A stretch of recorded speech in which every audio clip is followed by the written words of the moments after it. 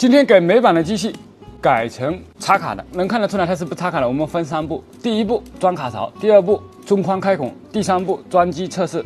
美版的就是在激活过后，卡槽没有，但是它可以直接扫2维码设置，也可以利用附近的 iPhone 转移，都是可以的。但是我们现在不需要这个操作，我们需要插上 SM 卡。LL 这个是美版的，现在直接将它拆机装卡槽。拆机的过程我们直接省略，毫米波天线在这个区域，快速的将主板取出来。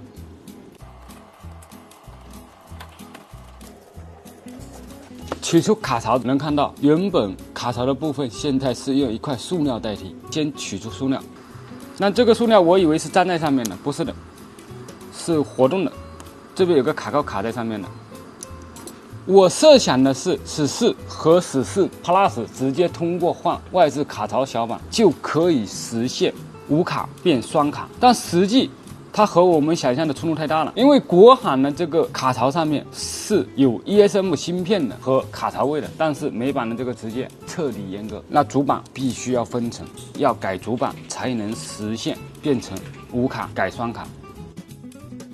现在要将上下层分开，取掉里面的 ESM 卡芯片。美版的机器呢是用料最实在的。我们当时拆解的时候能看到这些区域都是没有芯片的，但是美版的堆料狂魔全部是堆上的，国内的是没有的，就算给了我们也用不到。先将上层的温度提上来，提上来之后分开上下层。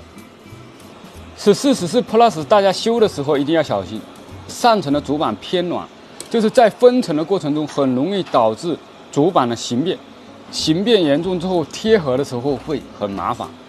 因为现在这个分的上层相当于之前的下层，之前的下层那为什么不变形呢？因为它有宽的加持，它是不变形的。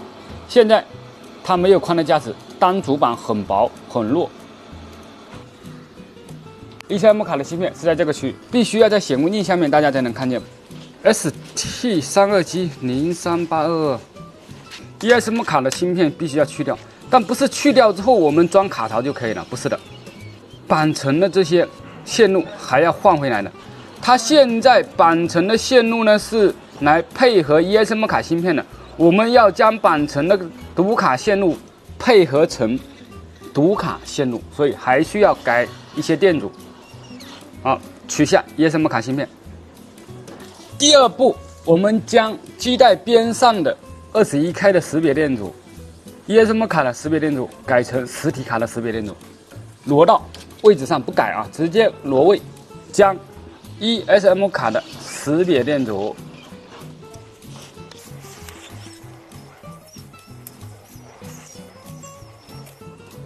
拆到 SM 卡的识别电阻位置上，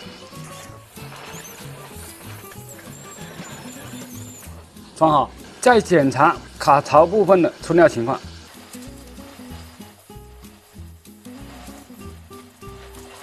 这个操作的过程还是比较多的。首先，先将这2个保护电阻下移，先将它的通路从 ESM 卡上面切到 SM 卡上面，下移2颗电阻，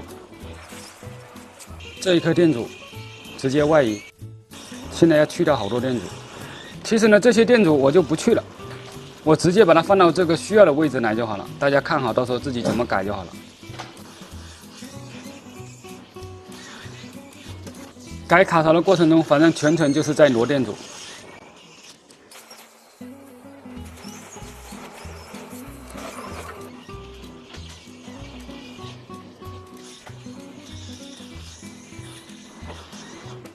好，目前主板上的所有改动我们已经改造完毕，接下来就是看一下读卡的情况。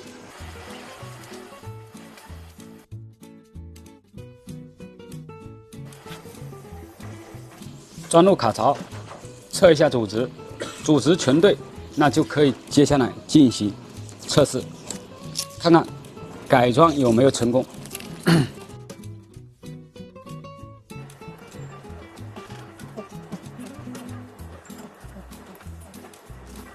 好，8个脚位组织都已经是正常的状态。接下来要将2个主板还原，还原的时候呢，我们还要打入导乐高，让它有原厂的性能。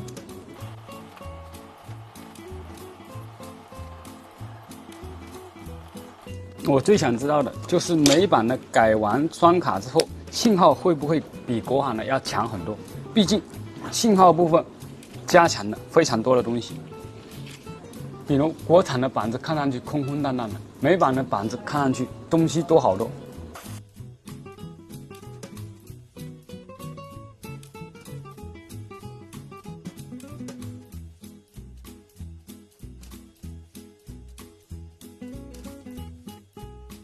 为了实现原厂的这种性能不下降，首先导乐高是必须不可少的。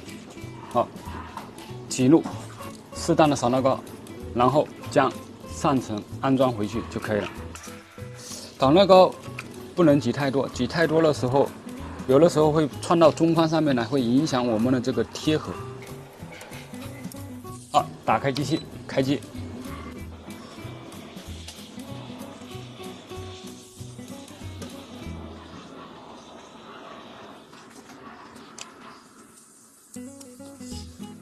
我们装机测试看一下能不能读到卡，如果能读到卡，那基本上改装就成功；读不到卡的话，就没改成功。先看一下成功与否。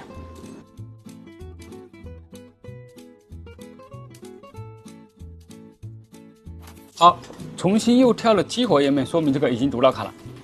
看一下激活的时候会不会提示什么东西？信号已经来了，但是会提示 SM 卡无效。提示 SM 卡无效的同时，信号满格，那说明改卡已成功。拿不到这个无锁的机器，所以呢，我就直接拿这个有锁的改了。有锁就是需要用到卡贴，贴入卡贴。现在卡贴都做的比较小巧了。现在先试单卡，等一下再试双卡，一步一步来。单卡。好，我们现在已经调试好卡贴了，美版的。然后第一张卡信号已经来了，我们打个电话试一下。轻敌服务可以打通，然后接下来插入第2张卡，再进行测试。后壳上面的送话器不装的话，会导致重启，所以我把这个送话器装上去，调卡贴，塞入2张卡，然后2个卡都可以读。但是呢，就是卡贴设置太麻烦了。那接下来我们就只能到这里结束了。可行，美版无卡可以改双卡，实体双卡没有问题。